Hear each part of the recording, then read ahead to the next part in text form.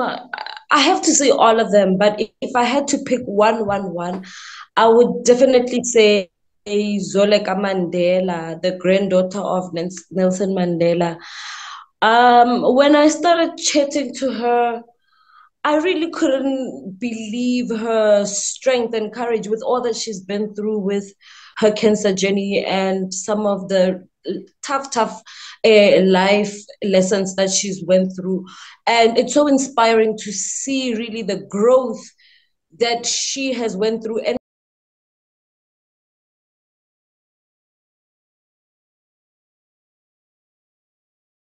hello everybody, welcome to Just for Women Africa, and my name is Olaleko Amusot, the founder of Just for Women Africa. And today we're on a Zoom interview all the way from Johannesburg, South Africa. We have with us Kabelo Vanessa. Vanessa is the chief editor of Sista Bosso Magazine in South Africa, an online magazine. And she'll be telling us about Sista Bosso Magazine, why she started it, her challenges, and what exactly the magazine does. All right, Vanessa, you're welcome to Just for Women Africa. thank you for having me. I'm so excited. Hello, Africans. You're welcome to the show. All right, Vanessa. You're the chief editor for Sista Bosso Magazine. Can you tell us how did it start? Why did you start Sista Bosso Magazine? So at Sista Bosso Magazine, I'm not only the editor-in-chief, but I'm the founder. So it happened in, you can say 2020, where the concept of the magazine came about and I started working on the layout. And then we released our first issue on January 2021, which was the first edition of the magazine. And it was really born on the basis of teaching about feminism because I realized that most people, both men and women, don't really understand what feminism is about. Most people think that this whole concept is about women fighting to be equal with men. And that's really not the case. No woman wants to be an equal with men. Really, no woman wants to be carrying heavy bags, trust me. What feminism is about, really, it's about these problems that women are facing, such as young girls who can't go to school because of pads, because of menstruations, and the women who don't have confidence enough to get themselves into careers that they deserve, and women in countries where girls get married while they are still children and they don't have a say. These are the issues that feminism really is about, and that is one of the bases of the magazine, was to really teach about some of the things that women go through from the perspective of these women, because these stories, they tell them themselves.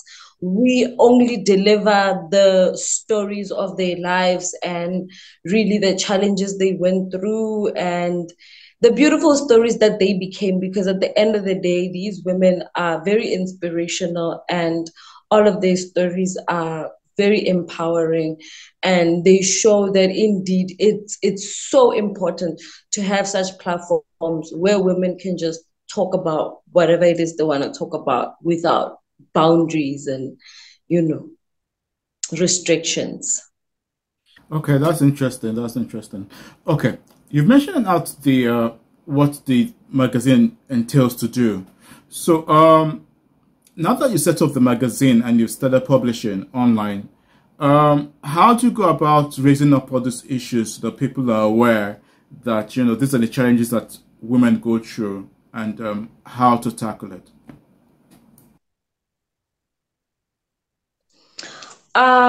We target specifically writers that are able to bring about stories in a specific way, like specifically my assistant.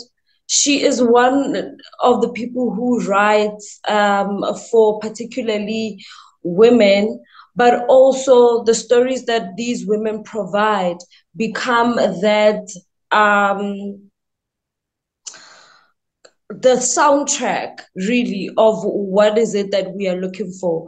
When a woman reads the magazine and they see the story of another woman, often they want to be in the magazine, and our stories become that they are a ripple effect of inspiration. So it's part of that really. And I love that the women who do read our magazines, even the men and the LGBT community, because they really, really support us, it's how they share the magazine. They really do share it with the women in their lives, and then we get feedback from women who say they are really empowered, and also they tell us about the stuff that they wish to see in the magazine, that we are able to plan for future in order to make sure that we can be able to really target all of the issues that women face, because we don't have all the issues at hand.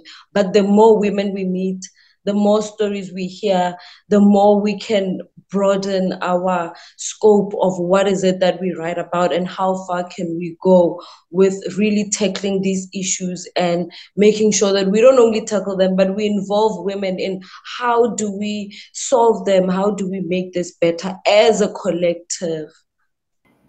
Okay. All right. So since you started the magazine in 2021, what story have you heard that has really touched you and you think about it constantly?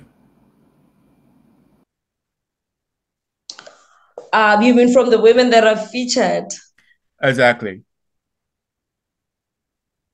I have to say all of them, but if I had to pick one, I would definitely say Zoleka Mandela, the granddaughter of Nelson Mandela.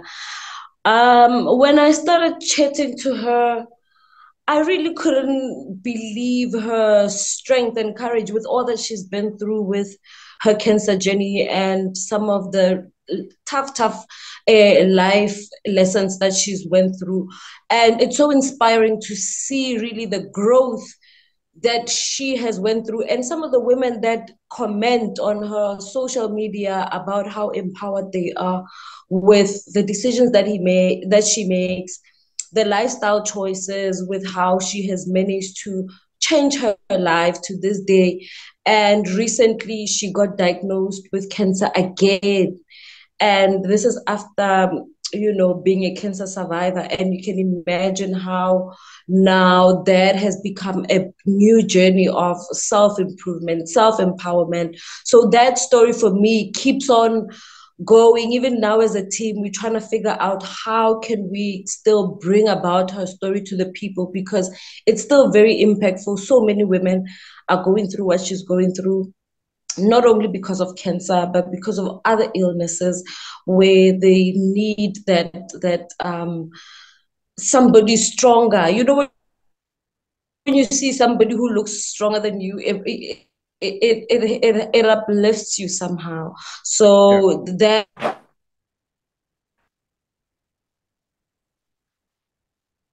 that story really still touches me to this day. And she so many people who sent us so many emails talking about her story and what it has done for them. And for me, that was a shift and a game changer for us. Yes. Wow, that's really an amazing story. That's really an amazing story. Cancer is not something pleasant. So I'm sure she's really going through a lot. All right, Vanessa. Okay. So you started the magazine in 2020, and your first publication was in 21. What are some of the challenges you had to entail in bringing the magazine to life? The first thing was building a team, because I started this alone. It was born from my passion for graphic designing and for digital marketing. So when I started it, obviously it was very quick and spontaneous. Only when I was in the first issue did I realize that this is bigger than I thought. I'm going to need writers, I'm going to need proofreaders, I'm going to need editors. But fortunate enough, I met my assistant, who I met online. We're a digital team, we work remotely. And one of my friends became a proofreader. He's one of the people who I have been reading with and working with for a long time. And he's such a smart person. He's a geek. We call them geeks. So there are only three on the team currently. And I know most people can't believe, they're like, are you serious? Such a big thing. And it's only the three of us. And it's so much work, I don't want to lie. That is the first challenge, the fact that it's only the three of us. The second challenge, maybe the one of the biggest ones, has to be the fact that we have been experiencing crazy load shedding / electrical issues in South Africa. And because of that, you can imagine how small businesses have been affected, especially entrepreneurs that are digital entrepreneurs such as us. We are always on the internet. Our people are on the internet. They meet us on the internet. They want to talk to us on the internet. So we really, really need electricity. Even putting together the magazine itself requires us to have electricity all the time. So this load shedding has really taken us. I remember we lost our September 2022 issue 10 days before release. The file got corrupted because it was not saved properly. While we were saving it, while we were working on it, load shedding happened unexpectedly. And there was one of the most stressful times for all of my team members. I literally lost 3 writers because of that, because I guess they didn't believe that we could make it, because it was tough. It was really hard. I didn't even know when I was going to release the magazine. Everybody was asking for a release date. And I was like, I don't know, because I don't know how far we are. I don't know how much longer this load shedding will affect us. And because at that time it was worse, they would take out dates for load shedding, dates and schedules, but sometimes they would happen spontaneously. So even if you had planned something, when it happens, it just catches you off guard. And yeah, I feel like that all of the small businesses in South Africa, internet businesses, definitely will complain about load shedding, you know. And I would say maybe the third challenge that we face is that, you know, as Africans, most of us, we fall under the illiterate part of the spectrum. And not because people are not educated or whatever, but because of the opportunities that people have. People don't get many opportunities in Africa, especially when it comes to things that talk about technology or even self-development, small self-development.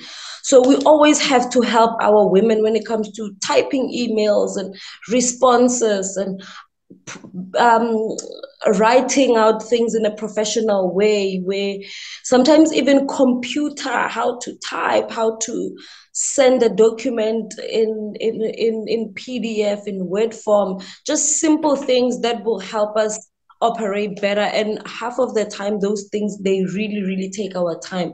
But also, I see it as a big investment, because all these women that we help with these skills, especially research, most women that we work with, we help them with how to conduct research, which I feel like it's one of the biggest barriers to women's growth in their careers, is how to conduct research and how to present it and say, this is who I am, this is what I'm about. So those are the challenges. But at the end of the day, we try by all means for them to be less of challenges than they are, I guess.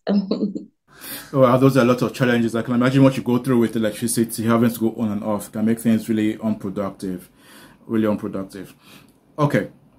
I'd like to ask, when you started, how many staff did you start with, and how many staff do you have now working on the magazine? I started alone. The first 4 copies, the first 5 copies, in fact, I was alone. My assistant jumped into the third copy. I mean, the sixth copy, which is our June 2022 edition. That's when my assistant came on board. And that's when the proofreader came on board as well. So for the first 5 issues, I was alone. Then from July, we had another writer. We had 2 more writers coming on board, July, August, which are the ones that we lost in September when we bumped into that big problem. I feel like most people really thought we were not going to make it, but we had to prove ourselves, I guess. So now we have, it's me, my assistant, and 2 writers that we have. One writer that's currently writing, meaning we have her article in the current January issue. And then the other writers are jumping on board from February. So from February, we're going to have more people jumping on board. We have a PR specialist coming on board. We have a marketing consultant. I love and understand marketing and PR. That's why I specifically want 2 people doing 2 different things, because those are very fundamental when it comes to digital marketing. We need people to focus so that the PR one can be able to focus on events as well, and marketing one can just strictly focus on our digital work. So yeah, I guess I'm right now, because we don't have enough people on the team, I can say I'm excited about the people that are jumping on board. The less work that I have to do, the more work I can do, focusing on sorry about that, focusing on the really the creation of the magazine, because that's what I'm passionate about. All I want to do is design the magazine and talk to more women. But when it comes to the little things that are part of the stuff, that I don't want to do it at all. So I'm looking forward to adding more people into the team. Yeah. Okay, that sounds like a really large staff. From what I counted, I've read your magazines. I love the articles. They're really, really lovely. Going through one by one, reading through them, and I love them. I download them and I watch and I read them. They're really, really nice. Okay, Vanessa, you're welcome. Okay, Vanessa. So I mean, you have released a couple of the magazines. What's the future for Sista Bosso Magazine? Wow, that question always makes me feel excited and weird. The future is pretty exciting, because Sista Bosso is not just a magazine. I feel like everybody asks the question of, at a time when so many magazines are closing, why do we feel like we will be able to make it? And it's because this particular magazine is not just a magazine. This is a platform for women. It's a community for women. And that's what we want to grow to be at the end of the day. It's going to be a community for women in all the spaces that we can be able to reach. But for this year, we have a beautiful project that we are working on, and we are calling it the Top 100 Sista Bosso of 2023. We're going to be picking 100 women in South Africa who are game-changing in their fields, in different fields, in education, in sports, in humanities, and all other fields where women are game-changing for other women, empowering other women, creating platforms, creating new tables where other women can sit and eat together and not fight for space. And this project, that some of the details are not finalized. The only thing that we have finalized is the name of the project, which is Top 100 Sista Bosso of 2023. And then we have all our categories, because it's an award, so there is award categories.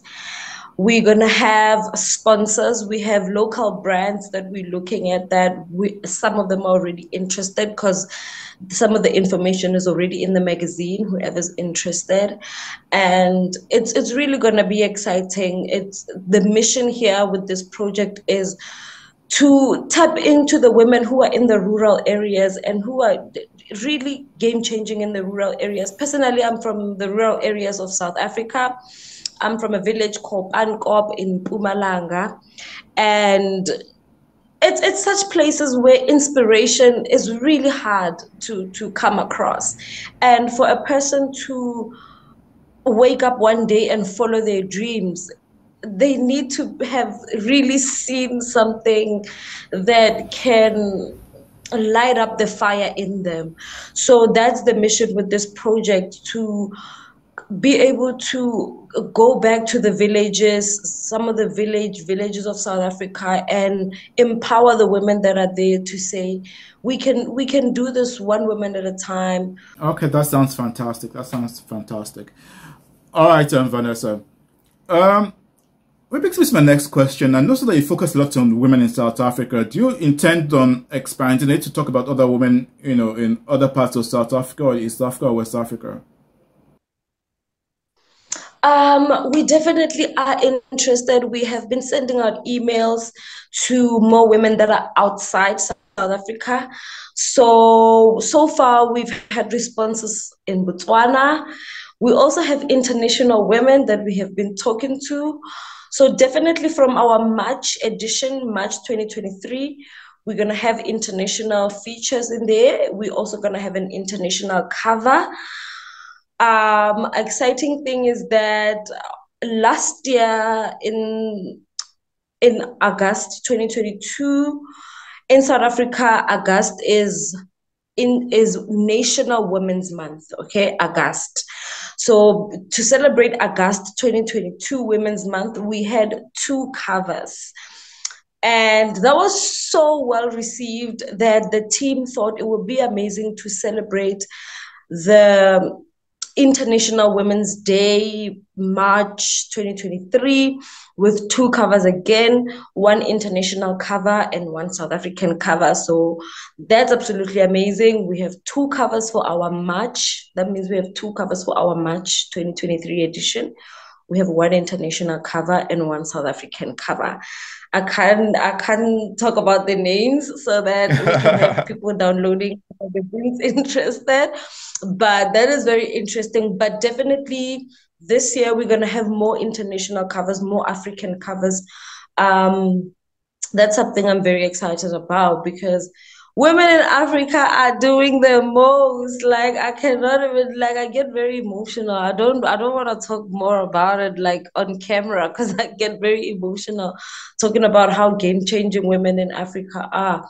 I also have to mention our South African darling, currently Thuso Mbedu, who most women are sending us messages about wanting to see her on the cover.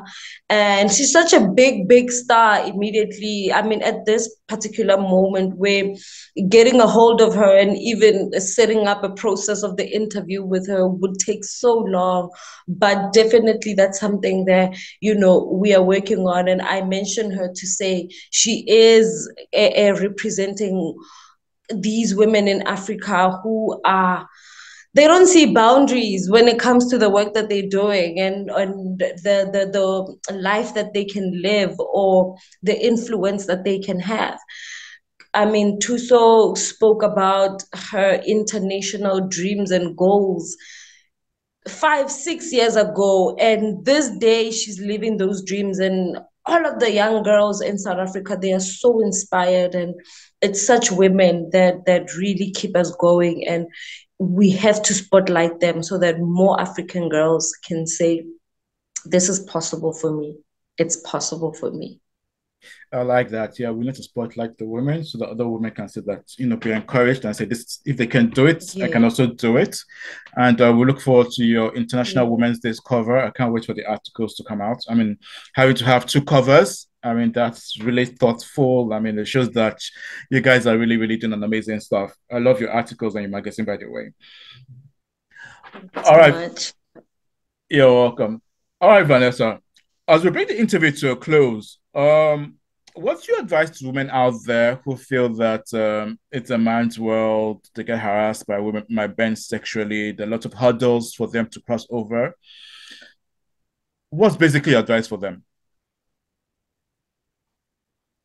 Whoa. Um, Back to basics. Back to basics.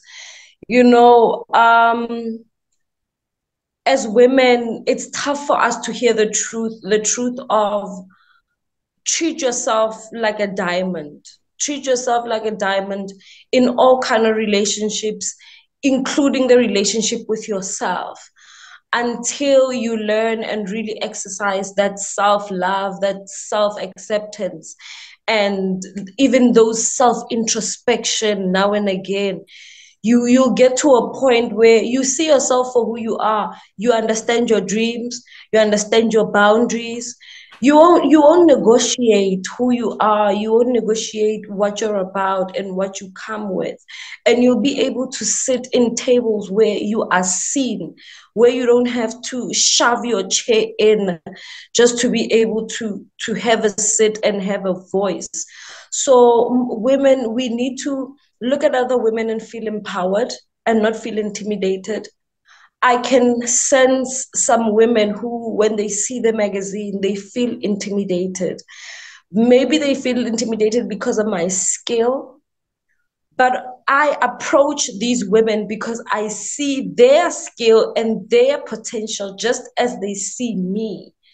So women need to understand that when another woman sees you, don't first assume the worst. Put yourself in a positive position and understand that people see the beauty inside you and they want to help you unleash your potential before you even think of the negative that people want to do this and that to you.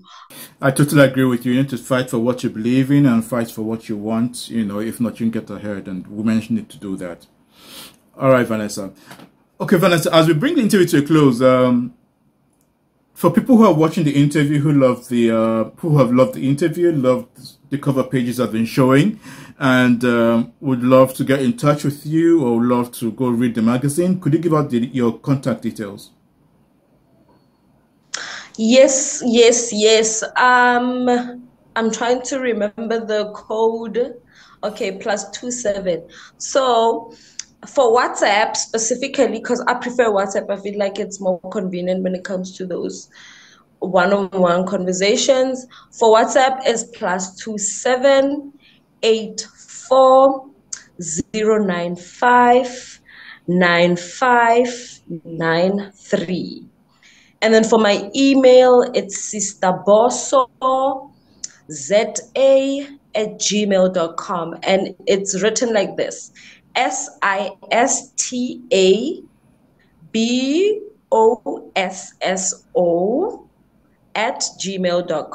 Oh, ZA@gmail.com. Yes, Sista Bosso, ZA@gmail.com. All right, great, Vanessa. That's great. I'm sure our viewers can see the contact details below. If you want to reach out to her, want to know where to go to the magazine, you can just send her an email or send her a DM through her Instagram. Thank you so much, Vanessa, for coming on the show. Wish you all the best. We look forward to interviewing again in the future. We look forward to the magazine growing. I'm also looking forward to the International Women's Day publication so I can get to read. You're doing really well. Keep up the good work. Thank you so much. I have to commend you for what you're doing for women. It's gonna get me emotional, so I better just get through it quickly. But it's really an amazing work. I like all the men that dedicate their time to women. For me, I don't even know how to explain it. It's unwavering love, and thank you so much for that. Thank you. You're welcome, Vanessa. You're welcome, Vanessa. Okay, viewers, thanks for watching. Just for Women Africa. Do not forget to like, subscribe, tell a friend who knows a friend about Just for Women Africa. And until the next show from Vanessa and I, it will be bye.